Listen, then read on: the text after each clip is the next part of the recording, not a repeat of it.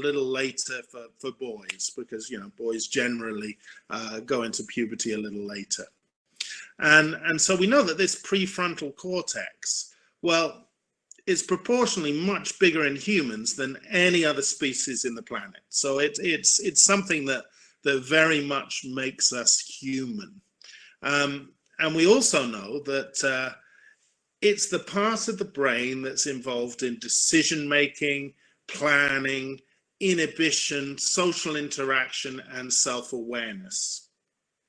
And as I mentioned, around puberty and after puberty, this is where the gray matter, where the activity in this prefrontal cortex, the synapses are really sort of buzzing, and it's where it's most used. And then after the teenage years, it sort of goes into decline. It's still used, but less so. And part of this, I suppose, is to do with something that happens in all species, but specifically in humans, what we call synaptic pruning. And this is an evolutionary technique where, all human brains, more or less, are the same regardless of the environment that they're born in when the kids are born. And then different environments, different cultures indicate a different way of operating, a different way of living. And so there's this elimination of unwanted synapses. Okay, we don't use this synapse for much, so let's get rid of it. And so they prune the unused synapses, and they strengthen the synapses that are used a lot. And of course, this sort of fine tunes the brain tissue and is a stage in the development towards adulthood. And teenagers are going through this synaptic pruning, which is quite useful that we now have teenagers in the educational framework. It's not always been the case. I mean, if you look at the school leaving age in the UK, can anyone tell me what the compulsory school leaving age in the UK is? Okay, all right. So we've got a lot of differences, and there have been a lot of changes. Obviously, one of the big confusions with the English language is that our public schools, these were the first schools that were offering education to anyone for a price, are really private schools because they're fee paying.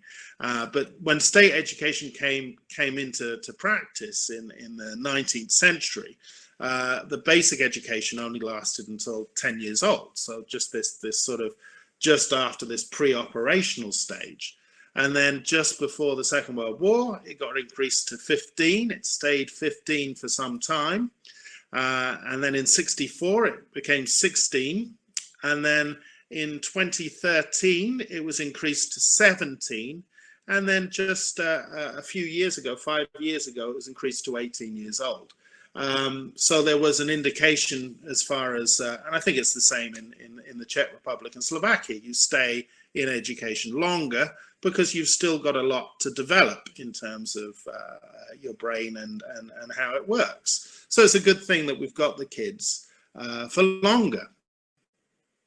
And of course, I don't know that you can see if you work in schools and you've worked in different segments of education, you can see there's a huge difference between teaching very young learners and teaching. I mean, you don't teach very young learners. If you look at Spain, they've got a lot of schools for 2 and 3 year olds, and obviously what happens is the kids play in an English environment, so that you play with the kids. But you know that there's a huge difference in the amount of enthusiasm and commitment for a kid that's under 10 years old and one that's sort of just going through puberty. I'm of an age where I went to school in the 70s and 80s. And of course, at that stage in the UK, every school day started off with a school assembly. And it started off with a hymn. So we'd all have to sing a hymn, a different hymn each day. And of course, secondary school education starts at the age of 11 in the UK.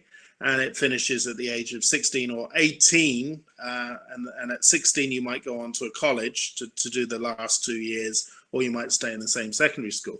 Now, there was a huge difference about who sung and who didn't sing.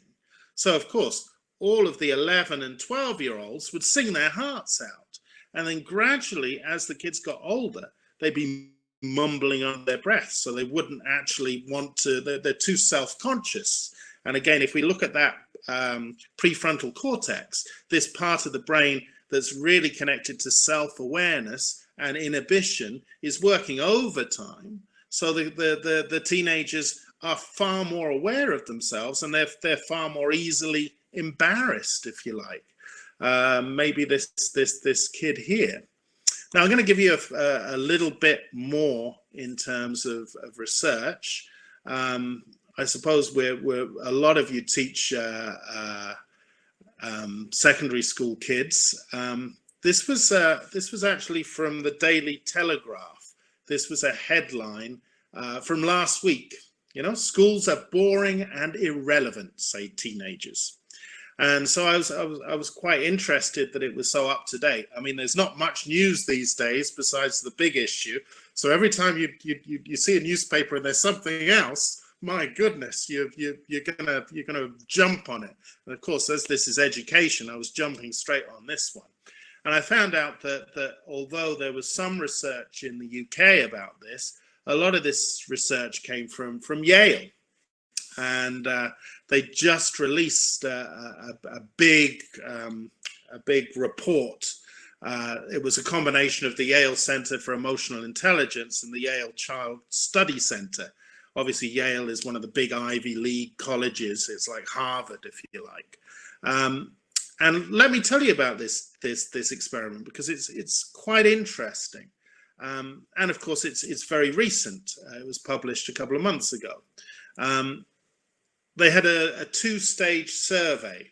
So stage one was a survey of just under 22,000 high school students. And of course, when we talk about high school students, we're talking about 14 to 18. And then they did a smaller sample of students just in high schools in Connecticut, and that was under 500. So the general survey was very big. The smaller survey was more detailed, but a lot smaller. And what they did with the big survey is they said, right, okay, we want you to think of a range of positive and negative feelings that you have in school. How do you feel when you're in school?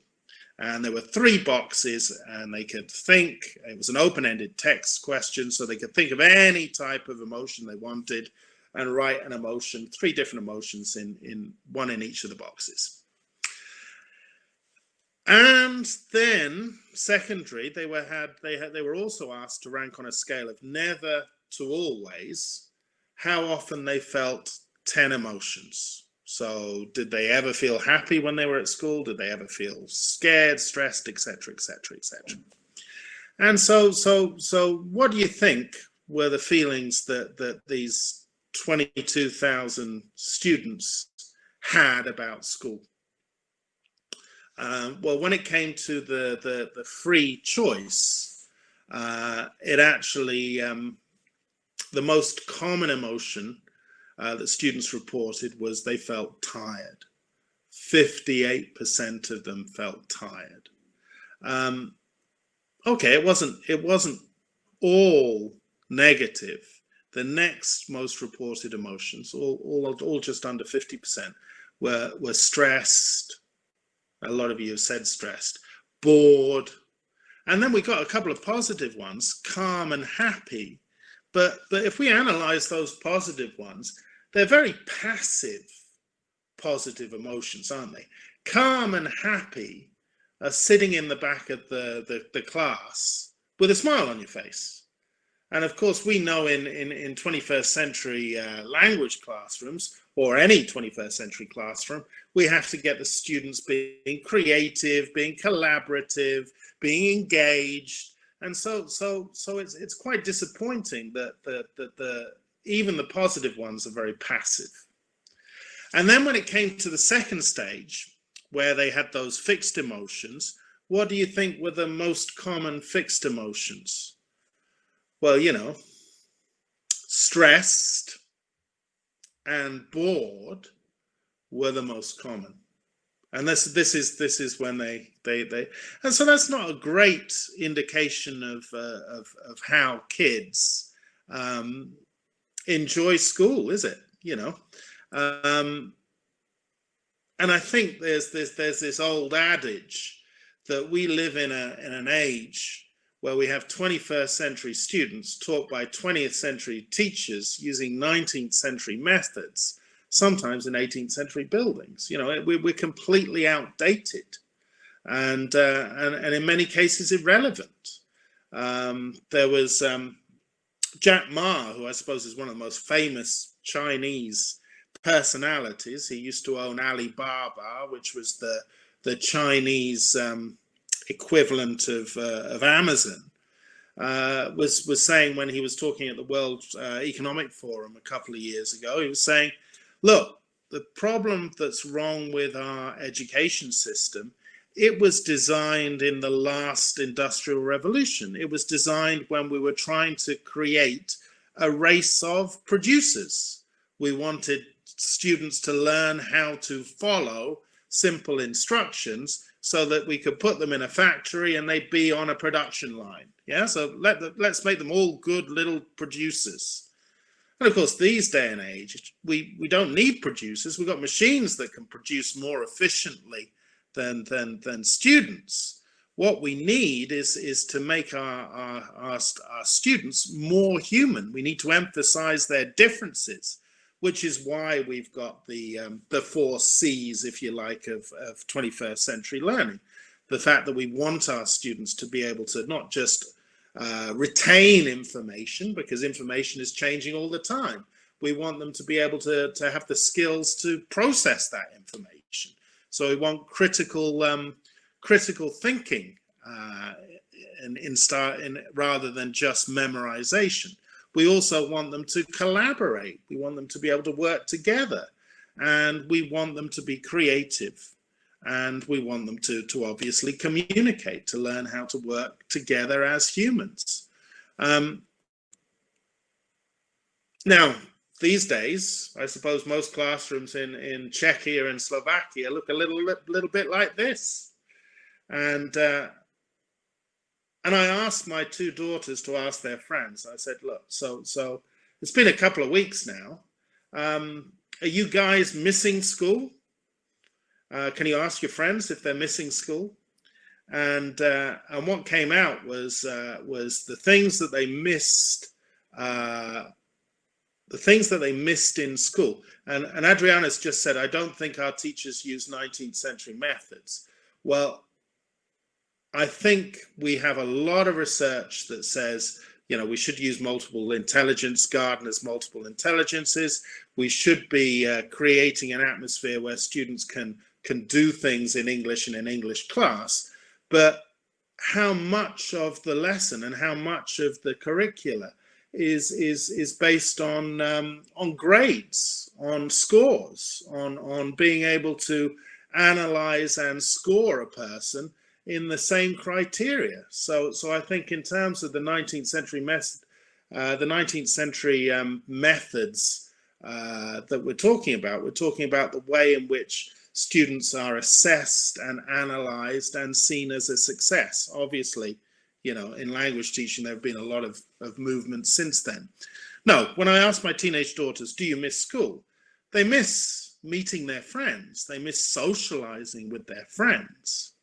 And I asked a couple of teenage daughters of a friend of mine in the UK, and I said, are they missing school? And no, they're not missing the lessons. They said they'd be more than happy to have all the lessons online. And that was a damning, indication of how they saw their lessons. The lessons is just sort of moving from one classroom to another, being bombarded with information, with a course book that may or may not be the right level for them, and doing lots of tests. So Victoria, what they were saying is they missed the social contact of their peers. Now, I'm sure if they had one or two brilliant teachers, they'd miss interaction with the teachers too.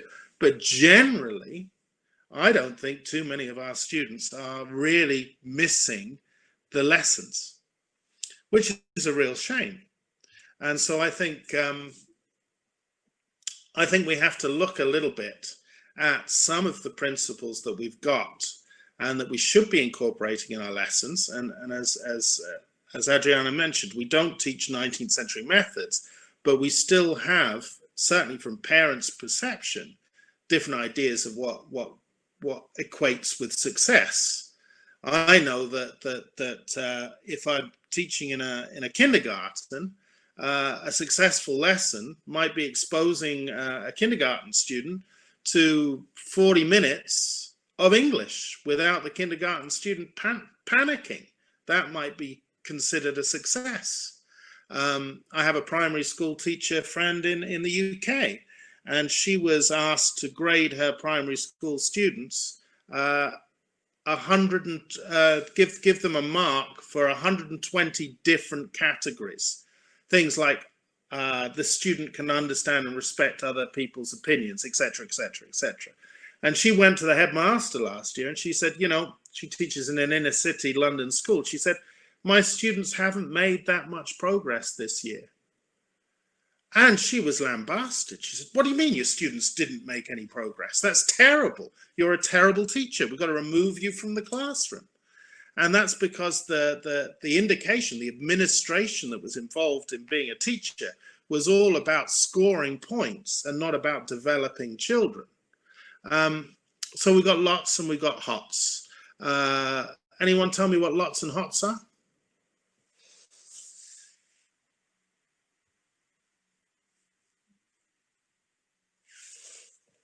Yeah, and Martinez said the ones who work hard at school work hard at home too.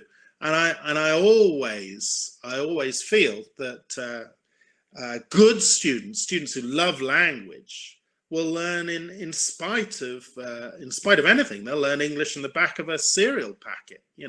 It's not the good students that we need to necessarily worry about. It's the ones that are left behind and making sure that they aren't left behind. Okay, so lots are lower order thinking skills.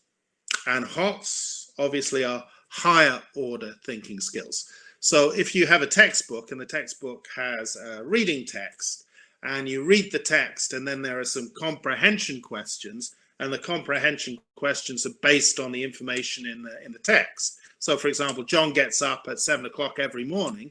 The question is, what time does John get up every morning? That's a lower order thinking skill. And lower order thinking skills are a thing of the past. We need to get students to think about higher order thinking skills, creating things, evaluating things, analyzing things, applying things, remembering things, understanding things. And of course it's difficult to really get these teenage students to be very creative and very collaborative, because as we've mentioned, they're going through a developmental cycle where they're still very, very self-aware and they're inhibited somewhat. There was a study, goodness me, it must be about 20 years ago, and it was in Austria, strangely enough, and it was a number of secondary schools in Austria.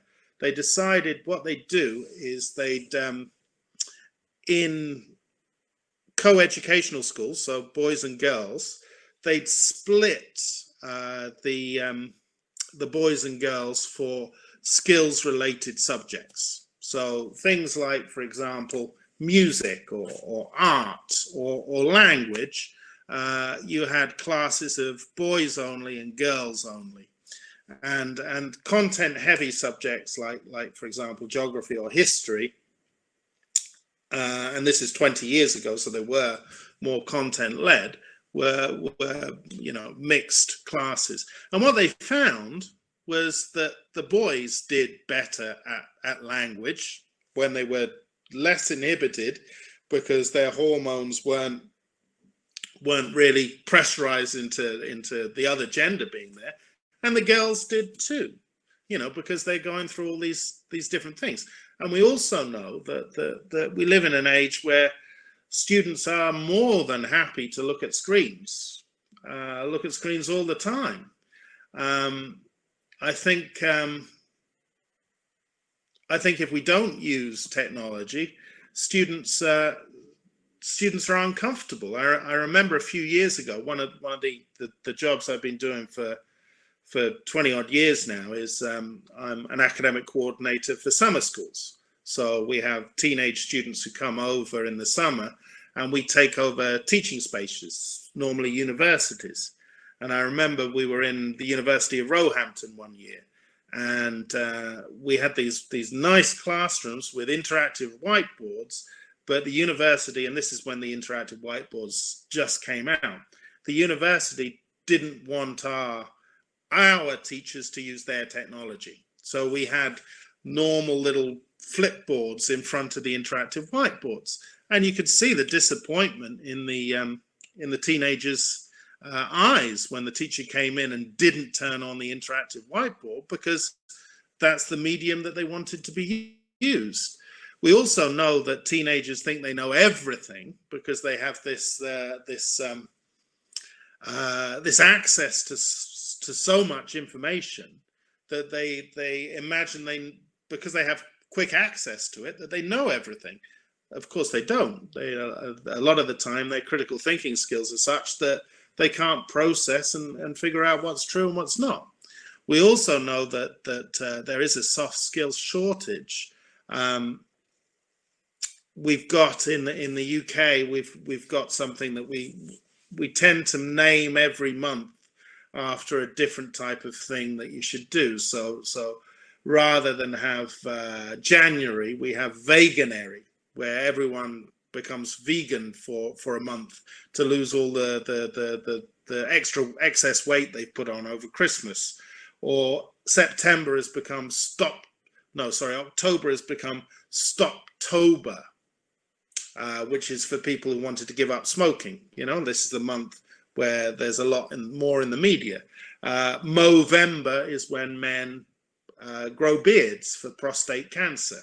And last year they introduced scroll-free September because they felt that too many people were using technology or overusing technology. So I think it is a question where we have to manage technology a little bit. And of course, because teenagers are seen as a consumable, a lot of the time things are thrown at them. So they're very passive. They expect a little bit of edutainment. I firmly believe, and I'm sure you do too, you can let me know if you don't, that an English lesson should really be in English. If you have an English lesson, being able to operate in a second or other language is a skill. It's a talent. Some people are better at it than others. I equate being able to communicate as a second language like being able to play the piano. And you can't learn to play the piano just by looking at YouTube videos of someone playing Rachmaninoff. You've got to get your fingers dirty. And the process of learning a language is pretty uncomfortable, just like the process of learning how to play an instrument. I don't know how many of you have attended school concerts, but they're painful experiences that I think you have to be a parent to really enjoy them, because you need to get your larynxes operating. You really need to get students using English in class. And so we talk about communicative competence, and it's not just about knowing all the words. It's not about linguistic competence. It's being able to use those in a social setting by talking or collaborating. and being able to work out strategic competencies and how you're going to operate. Now, right from the get-go, I've been in the Czech Republic now. I suppose I came in '97, and I don't work in the Czech Republic. I haven't done for some time, but when I first started working here, I taught all different age groups, and I knew that right away, one of the things that I would do with my students, I would never let them say yes or no, because I thought that the Czechs, Slovaks are a bit better, but Czechs are very monotonous in their pronunciation. And so rather than say yes or no, I would get them to go uh-huh or uh-uh. So I think it's important that we get students to operate in English. And we know, I mean, we've done enough research on this. We know that there are certain things that make that improve communicative competence, and this is what you can do in English rather than what you know. And so the key factors which contribute to the development of communicative competence. Anyone tell me? Do you want to have a little guess about that? What sort of things help develop communicative competence, being able to do things in English? We got any ideas? Well, motivation is increasing motivation will help you do things a lot. Games will help you do things. Okay, all right. Well, actually, we know that if we have lots of activities that focus on group work and pair work, when students have to do things in English, we're improving communicative competence. We also know that if we give them a lot of input, text to read, text to listen to, if we give them a lot of input and they're improving their reading skills and they're improving their listening skills, it will help improve their speaking and writing skills too. And we also know that we have to make language relevant. I think it was Michael Lewis, who unfortunately died last year, who focused a lot on the lexical approach, saying that, look, we shouldn't make grammar dry and analytical and not relevant to communication. We should always make grammar relevant to communication. We should always show students the practical implications of what they're learning. And every lesson should have very clear learning outcomes that are based on improving students' performance, students' competence, communicative competence. And I think authenticity is a gateway to communicative competence. So what is authenticity? There's a question for you. Have we got any ideas? How would you describe authenticity in terms of language teaching?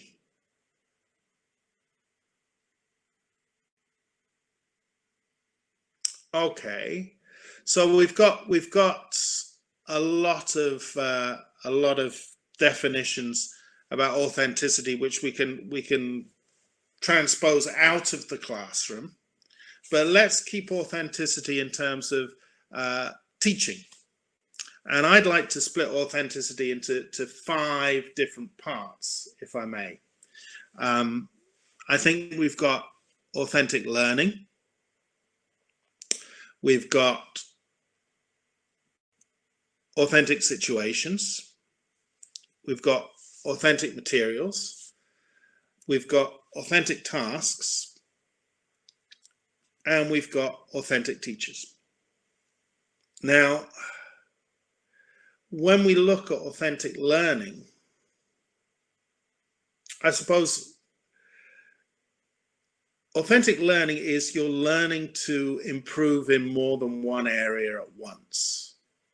So, for example, I'm sure you've all played this game 20 questions where one person, it's an information gap activity. One person knows something, let's say that person knows the name of a job, and the other person has to find out what job the first person is thinking of, and they have to ask questions. And obviously those questions aren't, what's the job? Because the game would be over very, very quickly. But those questions are yes/no questions. And so and you can do this in English, you know, so I'm thinking of a job. Oh, do you work inside? Yes. Do you work with people? Are you involved in education? Are you involved in food, etc., etc.? And so they might be doing this in English.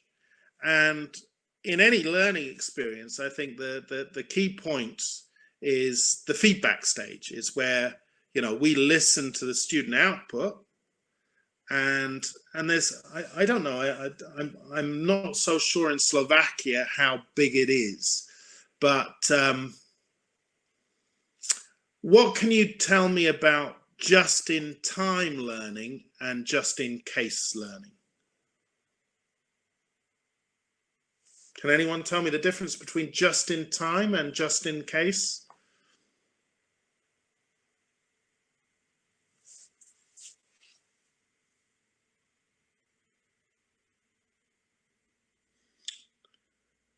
So if you use a course book and you use the course book in a very linear way, and let's say you go to Unit 5 of the course book, and it's got a grammar point, and the grammar point is conditionals, you say, right, kids, we're on Unit 5. Today, we're going to start talking about conditionals.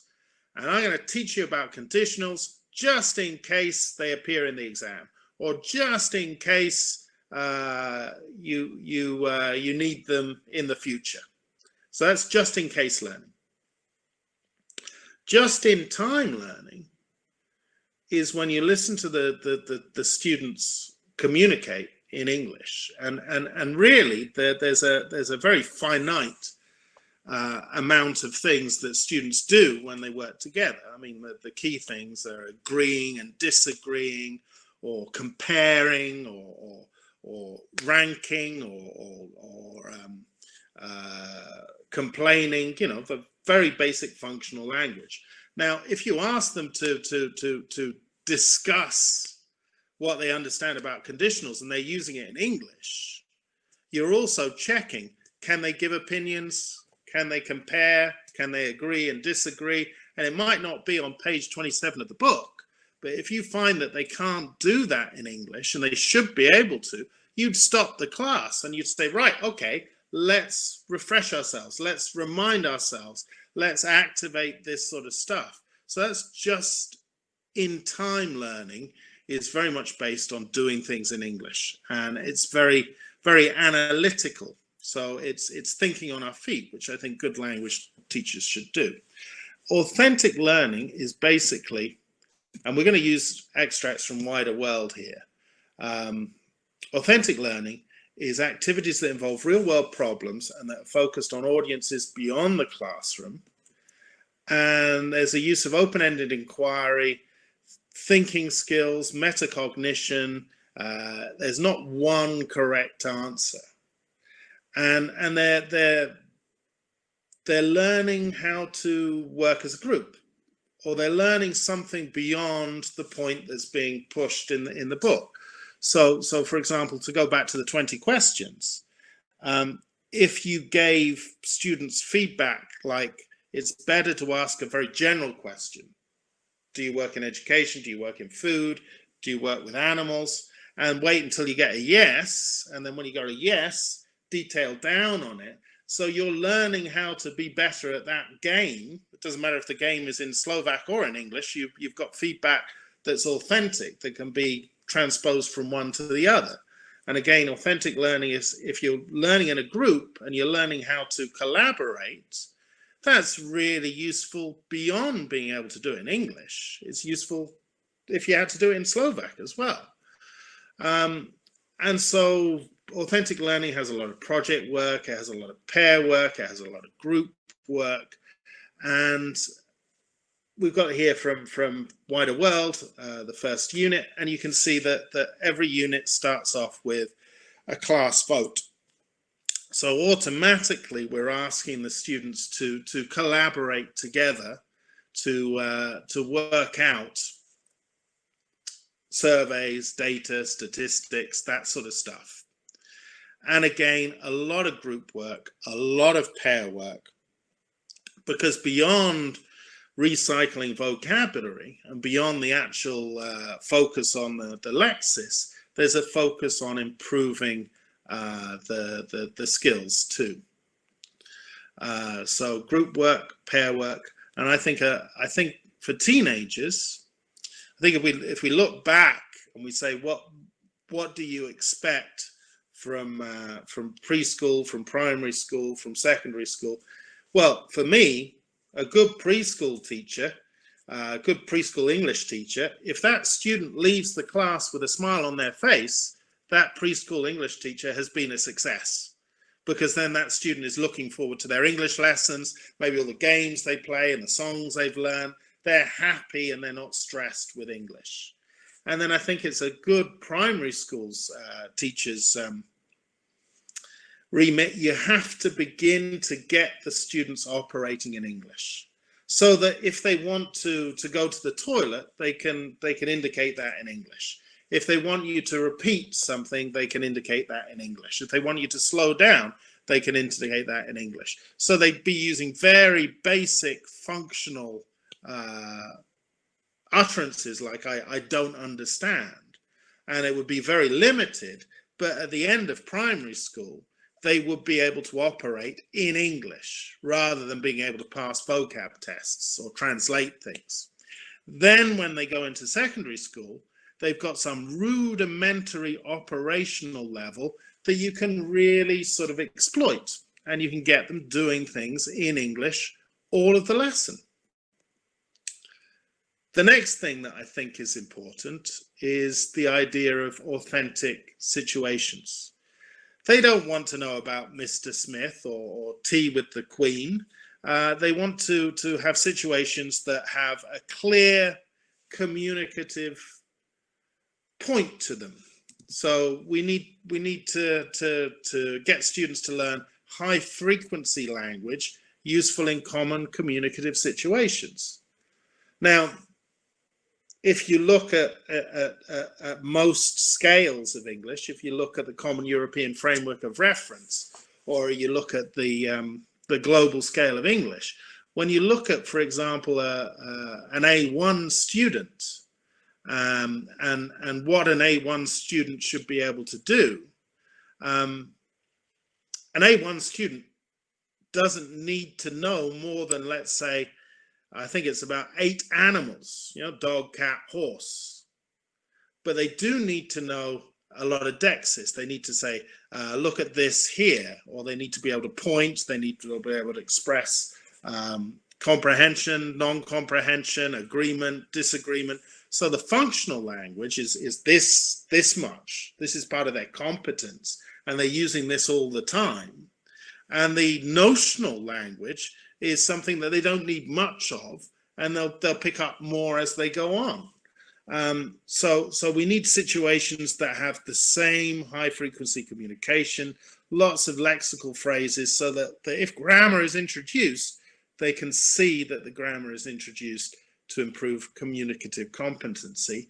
And the target language is linked to situations and modeled throughout the course. Now, we've got here a grammar lesson from Wider World, and the grammar lesson starts with a video. And of course, we're talking here about the present perfect, and yeah, we've got communicative utterances that are part of this. I want to show you this this grammar. Let's see if we can do this. I want to show you this grammar thing. So let's just move this in here for a second. And I'm going to show you a video.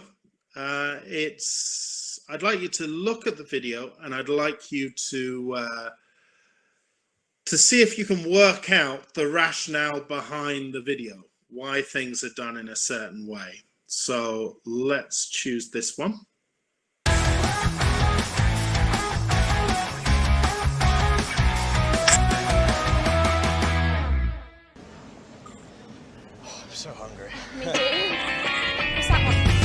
roast to my beef, the mash to my potato, the extra cheese on my burrito. You're the burger in my bun, the tangle on my tongue. You're the wobble in my jelly, my tasty number one.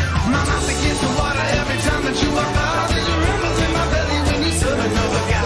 The hunger that I'm feeling, it just won't die away till I gone and got myself the dish of the day. Yeah. I've never seen so much food. Oh, smell that pizza. Yes, I've already had some. This market is great for Chinese food too. Have you ever eaten noodles? Yes, I have. Dad's cooked them at home. Tomo, look! That's Oliver Jenkins, the famous TV chef. Have you seen his programme? No, but I've heard it's funny.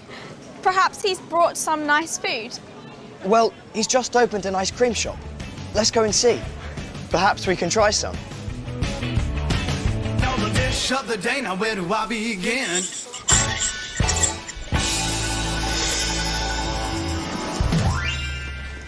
Look, there's cheeseburger flavour, or chili, or pea and mint. Ugh, he's used weird flavours. You bet. I hate peas, but cheeseburger flavour sounds okay. What about you? I haven't decided yet.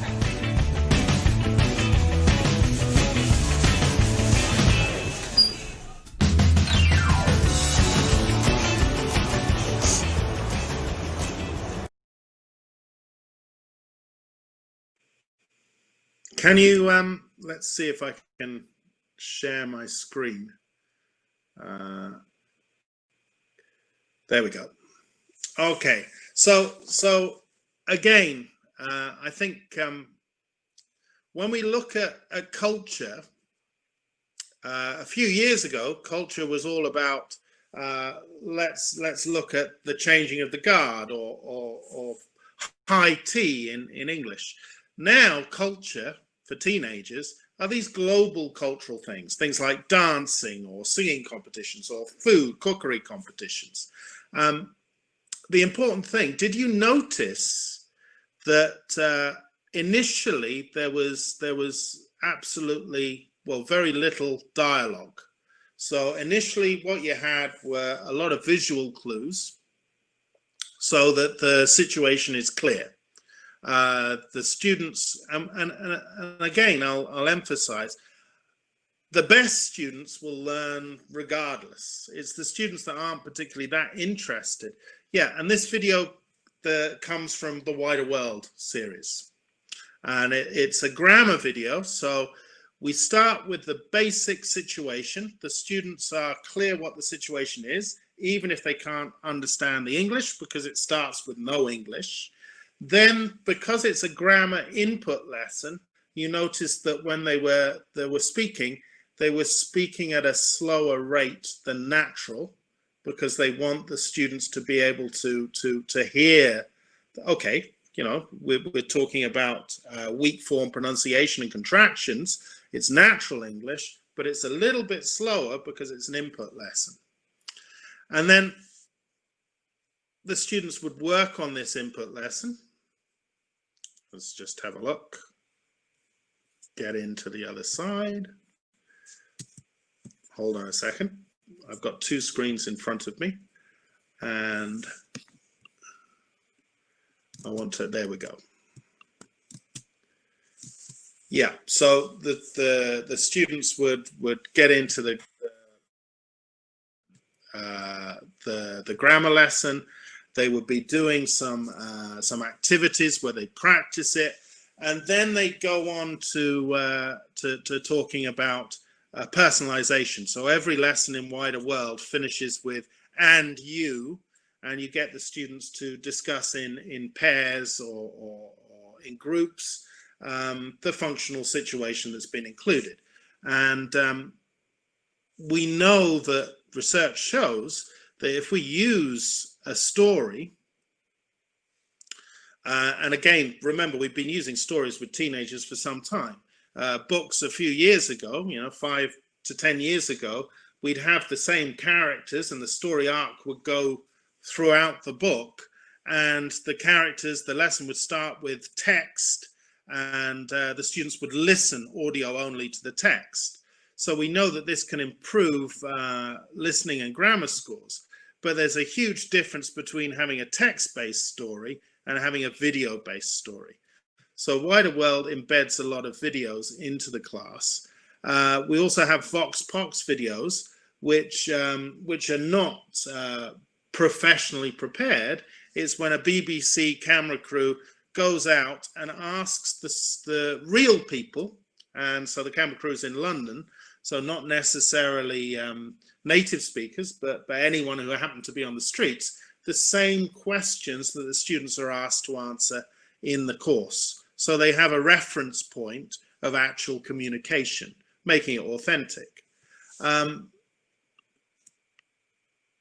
Now we know that video increases student motivation, it enhances the learning experience, it can lead to higher marks in tests, and it develops potential for deeper learning on the subject. If you have part of a video from a documentary, if the students are engaged enough, they can go and watch the rest of the documentary on their own. So it helps develop learner autonomy as well. Again, these videos come with the courses. I believe Pearson at the moment, because of the situation, is offering 60-day access to a lot of the titles on their online platform. You'd have to talk to Ventures Books about that. They probably tell you. But I think the days of having one video lesson at the end of a unit are gone. What we want is a lot of distributed, a little bit of video more often, so that video becomes the norm. Because in the days where we're doing a lot of our teaching online, we're talking very much about a flipped classroom approach. If the students don't get the grammar is there, and they can listen and re-listen to the information on their own outside of the classroom setting, so that eventually it'll stick. So we need that outside. That's why it's important to have authentic materials. That means that when we produce a course book for teenagers, it's not some fat English teacher like me sit in the kitchen with a cigarette trying to think of something engaging for students, but that we adapt authentic texts. So it's designed to expose the students to new information that might be interesting to them as well.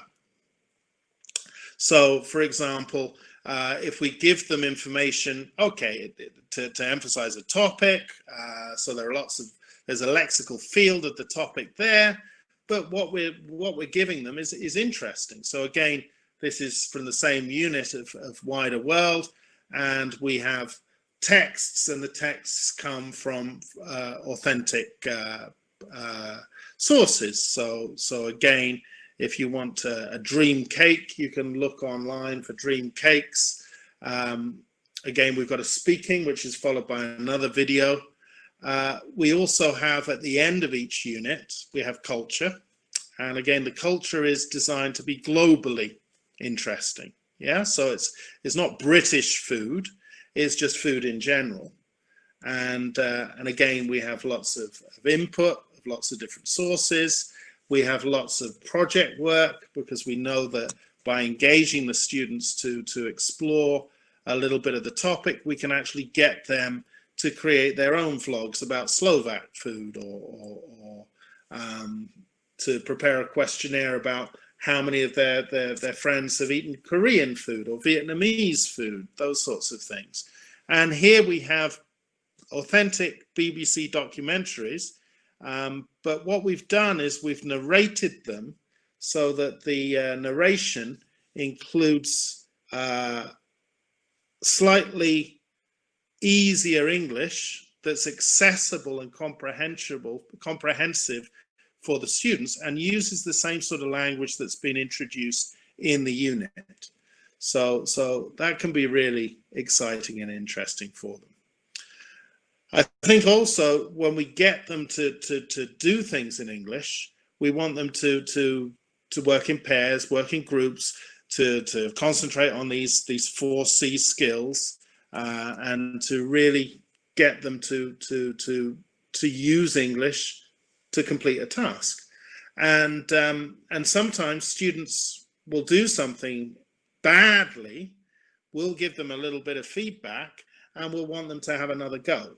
Or they've performed adequately, and then maybe we'll want them to show that they can still do that because they did it in Unit 2, but maybe we'll want to give them an attempt to do it 3 months further down the line. So one of the things that Wider World has is a lot of these photocopyable activities that emphasize pair work and group work.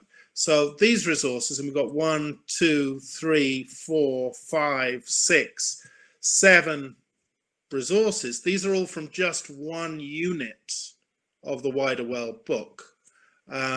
So there's, well, we've got more. So there's plenty of opportunity to have extra practice, distributed practice throughout the course. Finally, as we're coming to the end of the hour, but far from being the least important, research from a couple of years ago said that if the students can relate to their teachers, if the students can feel that their teachers are real people and are ready to converse with them outside of the topic, are not just sources of absolute knowledge, but prepared to admit mistakes, especially when you've got content ready materials, like when was the first cell phone introduced, or when did this happen? And say, well, I'm not sure, let's find out together. And prepared to laugh and engage naturally. I think if students feel comfortable, especially if they're asked to perform, and I feel that for teenagers, we really need to get our students to perform, the students need to be in a comfortable environment to do that. And of course, in the wider world, there's a lot of opportunities for you as a teacher to give your ideas and understanding and your opinions when you do these collaborative classes, each lesson in each unit. All right, so that's an hour. Hopefully you haven't got too bored with that, and you've got some ideas. Not very usual in Czech schools, an authentic teacher. Well, again, I think everyone is authentic. It's learning how to be authentic. Thank you for your time. I'm back tomorrow doing a different session. In the meantime, enjoy the rest of your day. Goodbye. Oh, by the way, if you want a free copy of Wider World, just go to the poll section in the topic thing and just request a free sample of Wider World. You'll see that the book is very student orientated and it's connected to really improving communicative competence. So please go to the polls and request a free sample, and Bohemian Ventures Books will send you a copy of that. Okay? Enjoy the rest of your day. Goodbye.